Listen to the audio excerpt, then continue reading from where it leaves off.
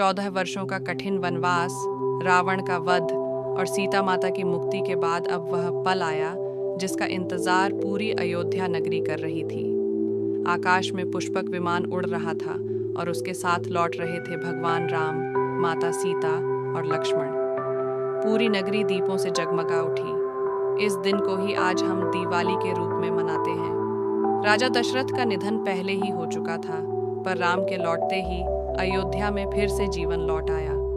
राम का राज्याभिषेक हुआ और उन्होंने एक ऐसे शासन की स्थापना की जिसे आज भी राम राज्य कहा जाता है, जहाँ न कोई दुखी था न कोई अन्याय हुआ। हर व्यक्ति समान, हर निर्णय धर्म और सत्य के आधार पर लिया जाता था।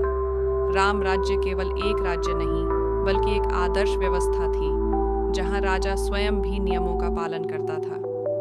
राम ने अपने जीवन से सिखाया कि सच्चा नेतृत्व त्याग, करुणा और कर्तव्य से बनता है, न कि शक्ति या अहंकार से। कुछ कथाओं में बताया गया है कि समय बीतने के बाद सीता माता धरती माता की गोद में लौट गईं और राम ने अपने जीवन का शेष भाग अकेले धर्म पालन में बिताया। उनकी यह कथा हमें हमेशा याद दिलाती है कि सत्य और धर्म की राह कठिन जरूर होती है, लेकिन अंत में वही विजय प्राप्त करता है। राम राज्य की स्थापना के बाद भी भगवान राम का जीवन केवल सुख और वैभव से भरा नहीं था, बल्कि यह त्याग, धर्म और मर्यादा की अगली परीक्षा थी। आइए जानते हैं रामायण के बाद की कहानी, जिसे कई लोग उत्तरकांड के नाम से जानते हैं। अयोध्या में सब कुछ ठीक था, लेकिन कुछ लोगों ने सीता की पवित्रता पर संदेह जताया।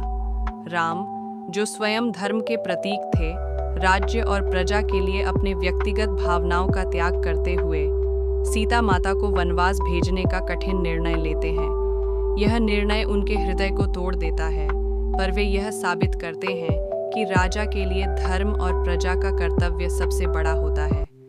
वन में सीता वाल्मीकि ऋषि के आश्रम में शरण लेती हैं। वहीं उनके 2 पुत्रों लव और कुश का जन्म होता है।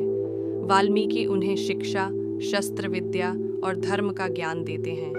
दोनों वीर और बुद्धिमान बनते हैं। वर्षों बाद जब राम अश्वमेध यज्ञ करते हैं, लवकुश उसी यज्ञ के घोड़े को पकड़ लेते हैं। तब पिता पुत्र के बीच युद्ध होता है और अंत में सत्य सामने आता है कि वे राम के ही पुत्र हैं। राम का हृदय भर आता है, लेकिन नियति अब भी सीता की परीक्षा ले रही थी।